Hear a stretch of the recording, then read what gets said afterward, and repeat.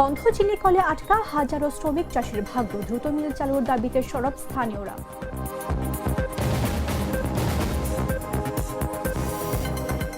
রাজশাহী বিশ্ববিদ্যালয়ে শিক্ষার্থীকে ছাত্রদল নেতার ছুরিকাঘাত, প্রতিবাদে শিক্ষার্থীদের বিক্ষোভ।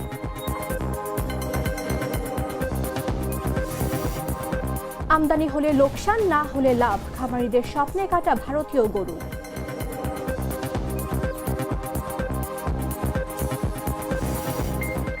পশ্চিমবঙ্গের নির্বাচন, টানা 4 দিন বন্ধ থাকছে বুড়িমারি স্থলবন্দর, চলবে জরুরি সেবা।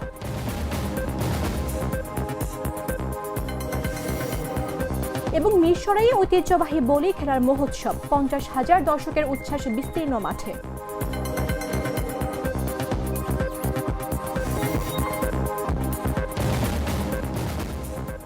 আমন্ত্রণ দেশ জুড়ে সংবাদে, আপনাদের সাথে রয়েছে আমি মামদুহা রাইসা।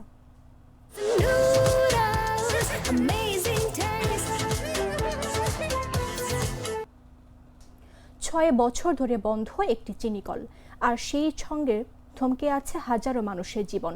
গাইবান্ধার মহিমাগঞ্জে অবস্থিত রংপুর চিনিকল ঘিরে একসময় গড়ে উঠেছিল কৃষি ও শিল্প নির্ভর অর্থনীতি। আজ সেখানে শুধু নীরবতা, পরিত্যক্ত যন্ত্রপাতি আর হতাশ মানুষের দীর্ঘশ্বাস। শ্রমিক, কর্মচারীরা বেকার, আখ চাষিরা দিশেহারা। দ্রুত মিল চালুর দাবিতে সরব স্থানীয়রা। বিস্তারিত জাগরিক রিপোর্টে।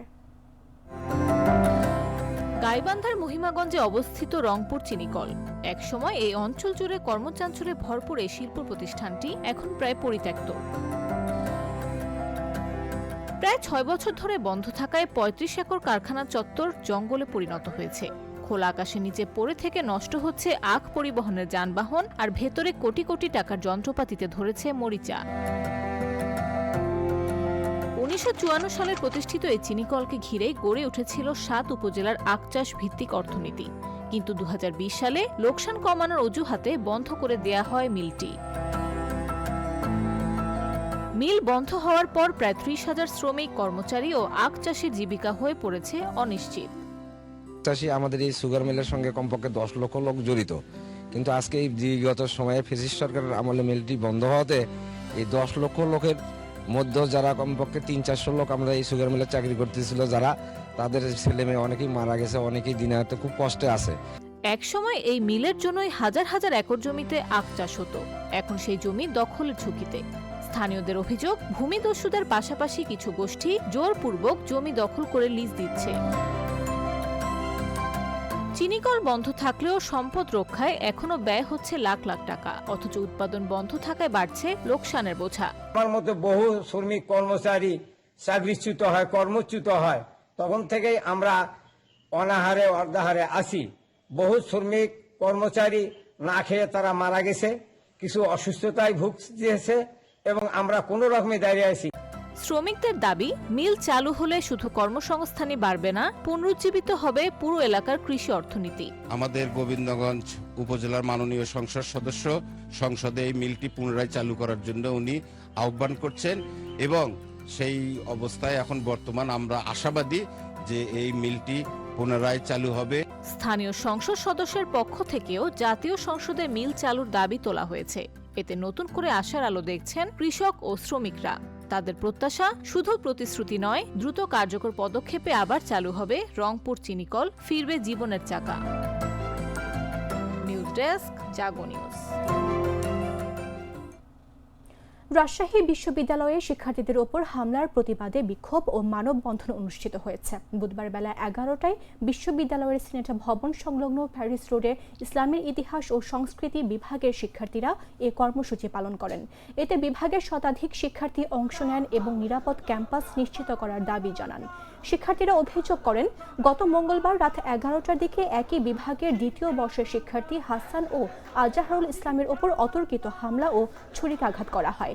এ ঘটনায় ছাত্রদল নেতা হাসিবের সংশ্লিষ্টতার অভিযোগ উঠেছে। মানববন্ধনে ভুক্তভোগী হাসান জানান, চারুকলা এলাকার এক শিক্ষার্থীকে হেনস্থার ঘটনাকে কেন্দ্র করে বিরোধের জেরে এই হামলা চালানো হয়। পরে প্যারিস রোডে বসে থাকা অবস্থায় তাদের ওপর হামলা হয়। কর্মসূচিতে বিভিন্ন স্লোগানের মাধ্যমে দোষীদের দৃষ্টান্তমূলক শাস্তির দাবি জানানো হয়। রাকসু নেতৃবৃন্দ শিক্ষার্থীদের সঙ্গে একাত্মতা প্রকাশ করেন। বক্তারা বলেন, দ্রুত বিচার নিশ্চিত না হলে শিক্ষার্থীদের মধ্যে আতঙ্ক আরও বাড়বে এবং ক্যাম্পাসে নিরাপত্তা বিঘ্নিত হবে। সন্ত্রাসীদের পাহারা দাও, প্রশাসন চমৎকার, প্রশাসন চমৎকার। যদি কেউ নেতাগিরির নামে এখানে মাস্তানি করে কোনো শিক্ষার্থীর উপর হামলা করতে চায় এবং হামলা করে এবং প্রশাসন যদি সেটার বিচার না করে শুধুমাত্র সরকার দলীয় ছাত্র সংগঠন বলে, তাহলে আমরা শিক্ষার্থীদের পক্ষ থেকে এই বিশ্ববিদ্যালয়ে এগুলো তীব্র নিন্দা এবং প্রতিবাদ জানাবো অবশ্যই ইনশাআল্লাহ। চারুকলায় একটা গার্ড আছে, ওই গার্ড এবং গার্ডের সাথে কিছু বহিরাগত আশপাশের কিছু লোকাল টোকাই বোকাই দিয়ে ওরা আর কি ক্যাম্পাসে ঘুরতে আসা বা দর্শনার্থী যে সমস্ত টাপলটা আসে তাদেরকে ওরা ওখানে ধরে বিভিন্নভাবে হ্যারাসমেন্ট করে। যে জুনিয়রদের মারছে তাদের এক জুনিয়র তার মেয়ে ফ্রেন্ডকে নিয়ে ওখানে গিয়েছিল, পরে ওখানে হেনস্থা শিখে হয়েছে। তো ওই ভাইয়ের সাথে আবার এরা ওখানে গিয়েছিল, তারপর প্রক্টর স্যারের মাধ্যমে একটা মীমাংসা হয়েছিল। তো কালকে হচ্ছে হুট করে আমাদের বিভাগের সামনে এসে বাজেভাবে পরবর্তীতে হামলা করছে। তো এর প্রেক্ষিতে আমরা এই ক্যাম্পাসে যেন আর এরকম রক্ত না ঝরে, আজকে আমার জুনিয়ররা এই করছে, কালকে হচ্ছে আমি এভাবে যেন নেক্সট ক্যাম্পাসে যেন কোনো ভাই রক্ত না ঝরে। আসন্ন ঈদুল আজহার সামনে রেখে জমে উঠেছে কোরবানির পশুর হাট। খামারে খামারে শেষ মুহূর্তের প্রস্তুতি। তবে লাভের স্বপ্ন দেখলেও শঙ্কা কাটছে না খামারিদের। গোখাদ্যের বাড়তি দাম আর ভারতীয় গরু আমদানির আশঙ্কায় উদ্বিগ্ন তারা। বিস্তারিত জাগরিক্স রিপোর্টে। কিশোরগঞ্জের ভৈরব উপজেলায় কোরবানির ঈদ ঘিরে এখন ব্যস্ত সময় পার করছেন খামারিরা। ছোট বড় মিলিয়ে 2217টি খামারে প্রস্তুত করা হয়েছে 28,538টি পশু। এর মধ্যে রয়েছে ষাঁড়, বলদ, গাভী, মহিষ, ছাগল, ভেড়া ও দুম্বা। স্থানীয় চাহিদা মিটিয়ে বাড়তি 10 থেকে 11,000 পশু অন্য জেলাতেও সরবরাহ করা সম্ভব বলে জানিয়েছেন সংশ্লিষ্টরা। খামারিরা বলছেন, সম্পূর্ণ দেশীয় পদ্ধতিতে লালন পালন করা এসব পশু নিরাপদ ও হালাল। তবে উৎপাদন খরচ বেড়ে যাওয়ায় লাভ নিয়ে শঙ্কা রয়েছে। প্রতি বছরের নিয়ে এবারও আমি আমার রোজেন ডেয়ারি ফার্মে মোটা তাজাকরণ ঈদ সামনে রেখে এটা প্রস্তুত করেছি, প্রায় 20-22টা হবে। আমাদের তো জিনিসপত্রের দাম এমনিতে অনেক বেশি, দাম বেশি। গোখাদ্য যে অবস্থা গরুর খাদ্যের, এটা ওভারঅল সবসময় একটু বেশি থাকে, তবে এবারের তুলনাটা একটু অন্যরকম। দেশের অবস্থা তো পুরো পৃথিবীর অবস্থা একটা অন্যরকম অবস্থা। আমরা অনেক দুশ্চিন্তার মধ্যে আছি, সব কিছু হাতের নাগালে পাচ্ছি না। আর গরুর খাদ্যটা অনেক দাম। জমিতে যে ঘাস করা, এটা মোটামুটি এবার ভালোভাবে করছি, এটার ফলন ভালো হয়েছে। গোখাদ্যের দাম বাড়ায় এবার পশু মোটাজাতকরণে খরচ বেড়েছে কয়েক গুণ। তবুও কোনো ক্ষতিকর ওষুধ ব্যবহার না করে প্রাকৃতিক উপায়ে পশু প্রস্তুত করেছেন খামারিরা। সকালে উঠে ঘুমেতে পরিষ্কার করার লাগে, পরিষ্কার করে পরে আবার খাওয়ান দানাদার দেই, দানাদার দিয়া খাওয়াটা আবার গোসল টোল করাই। এই কুড়া পুষি, দানাদার করে তোমার ভুট্টা আছে, এবারে ডারবি আছে। তবে সবচেয়ে বড় দুশ্চিন্তা সীমান্ত দিয়ে ভারতীয় ও নেপালি গরু আমদানির সম্ভাবনা। খামারিদের দাবি, আমদানি বন্ধ থাকলে দেশীয় খামারিরাই লাভবান হবেন।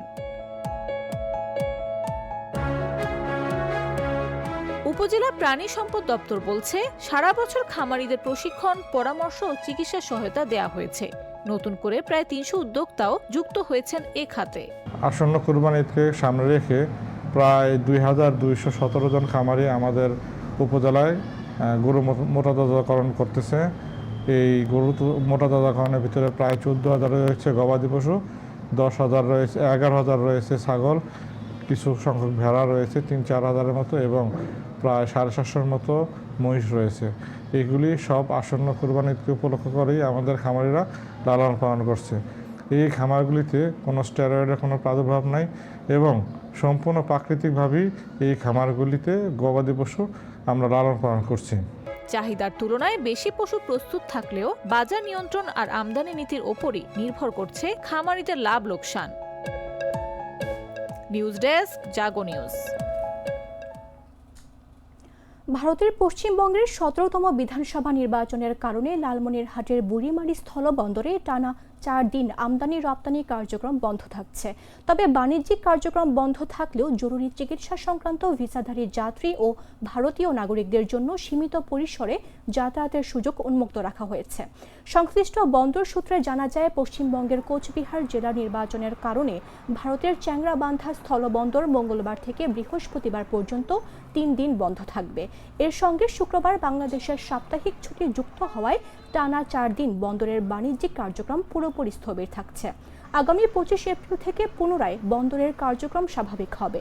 ভারতের নির্বাচন কমিশনের নির্দেশনা অনুযায়ী নির্বাচনকালীন নিরাপত্তা নিশ্চিত করতে সীমান্ত এলাকায় কড়াকড়ি ও চলাচলে কঠোর নিয়ন্ত্রণ আরোপ করেছে কোচবিহার জেলা প্রশাসন। সীমান্ত এলাকা এক প্রকার সিলগালা করে সেখানে আইনশৃঙ্খলা রক্ষাকারী বাহিনীর কড়া নজরদারি বাড়ানো হয়েছে।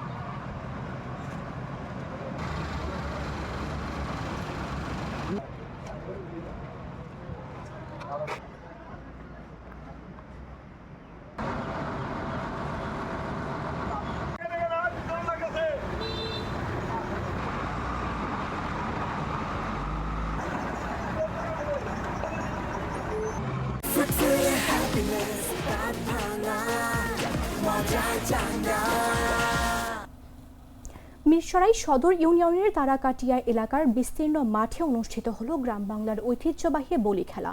অর্ধশতাধিক বলির অংশগ্রহণে জমে ওঠে এই প্রতিযোগিতা। আর প্রায় 50,000 দর্শকের উচ্ছ্বাসে মুখরিত হয় পুরো মাঠ।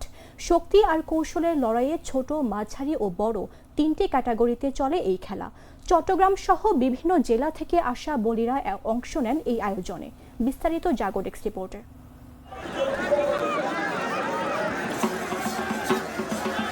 মিরসরাই সদর ইউনিয়নের তারাকাটিয়া এলাকার বিস্তীর্ণ মাঠে গ্রাম বাংলার ঐতিহ্যবাহী বলি খেলা অনুষ্ঠিত হয়েছে। অর্ধশতাধিক বলির অংশগ্রহণ এবং 50,000-এরও বেশি দর্শক সমাগমে মুখরিত হয়ে ওঠে পুরো মাঠ। চারপাশে হাজারো দর্শকের ভিড়, হাততালি আর উচ্ছ্বাসে মুখর পরিবেশ। মাঝখানে শক্তি আর কৌশলের লড়াইয়ে মেতে ওঠেন দুই বলি। একে একে চলতে থাকে প্রতিযোগিতা। প্রায় অর্ধশত বলির অংশগ্রহণে জমে ওঠে ঐতিহ্যবাহী এই বলি খেলা। দুপুর গড়াতেই মাঠে নামতে শুরু করে দর্শকের ঢল। এখানে ঐতিহ্যবাহী বলি খেলা শুনেছি, পাবলিসিটি করেছে, আমরা তাই এই খেলা দেখতে এসেছি।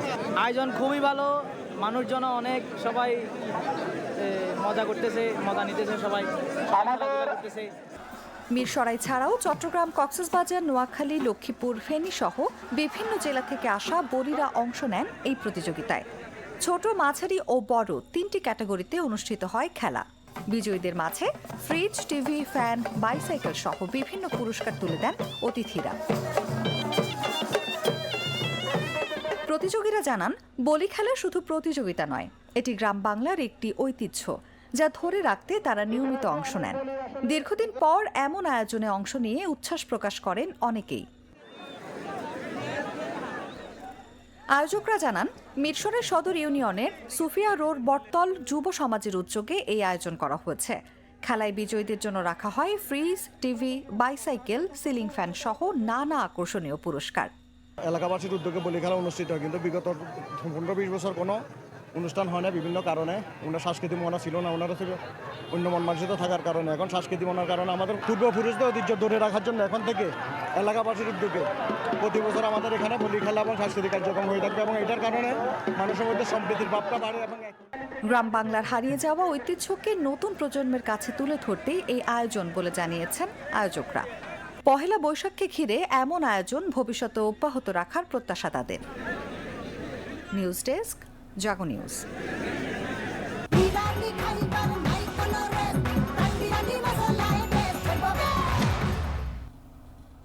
মুন্সিগঞ্জের শ্রীনগরে সিএনজি অটোরিকশা ও একটি কলাবাহী পিকআপের মুখোমুখি সংঘর্ষে গর্ভবতী নারী সহ অন্তত 7 জন আহত হয়েছেন। বুধবার সকাল 8:30টার দিকে শ্রীনগর মুন্সিনগর সড়কের আটপাড়া এলাকায় এই দুর্ঘটনা ঘটে। শ্রীনগর ফায়ার সার্ভিস সূত্রে জানা গেছে, দুর্ঘটনায় আহতদের মধ্যে 5 জন পুরুষ ও 2 জন নারী রয়েছেন। তারা সবাই সিএনজির যাত্রী ছিলেন। খবর পেয়ে ফায়ার সার্ভিসের সদস্যরা ঘটনাস্থলে পৌঁছে আহতদের উদ্ধার করে অ্যাম্বুলেন্সের যোগে শ্রীনগর উপজেলা স্বাস্থ্য কমপ্লেক্সে পাঠান। পরে আহতদের মধ্যে এক গর্ভবতী নারী অবস্থার গুরুতর হওয়ায় তাকে উন্নত চিকিৎসার জন্য ঢাকায় পাঠানো হয়েছে। প্রাথমিকভাবে জানা যায়, সিএনজিটি মুন্সিগঞ্জের দয়ালবাজার থেকে বরিশালের উদ্দেশ্যে রওনা হয়ে শ্রীনগরের তন্তর এলাকায় পৌঁছালে বিপরীত দিক থেকে আসা একটি কলাবাহী পিকআপের সঙ্গে মুখোমুখি সংঘর্ষ হয়। দুর্ঘটনার পর স্থানীয় জনতা পিকআপ চালককে আটক করে রাখে। পরে শ্রীনগর থানা পুলিশ ঘটনাস্থলে পৌঁছে পরিস্থিতি নিয়ন্ত্রণে আনে। শ্রীনগর ফায়ার সার্ভিসের স্টেশন অফিসার দেওয়ান আজাজ হোসেন বলেন, খবর পেয়ে তাদের একটি উদ্ধারকারী দল দ্রুত ঘটনাস্থলে পৌঁছে সিএনজি ও পিকআপের সংঘর্ষে আহতদের উদ্ধার করে। পরে আহতদের ফায়ার সার্ভিসের অ্যাম্বুলেন্সের যোগে শ্রীনগর উপজেলা স্বাস্থ্য কমপ্লেক্সে পাঠানো হয়।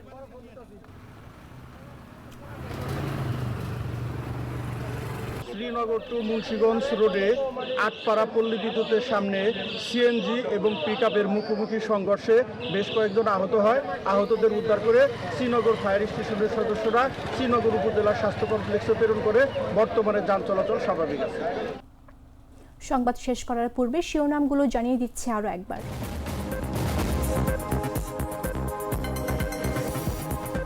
বন্ধ চিনি কলে আটকা হাজারো শ্রমিক চাষির ভাগ্য, দ্রুত মিল চালুর দাবিতে সব স্থানীয়রা।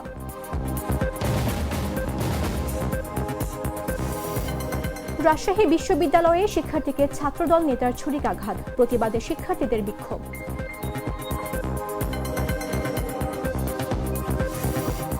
আমদানি হলে লোকসান, না হলে লাভ, খামারিদের স্বপ্নে কাটা ভারতীয় গরু।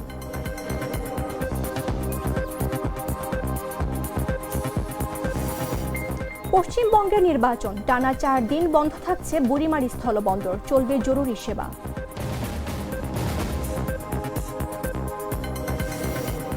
এবং মিরসরাইয়ে ঐতিহ্যবাহী বলি খেলার মহোৎসব, 50,000 দর্শকের উচ্ছ্বাস বিস্তীর্ণ মাঠে।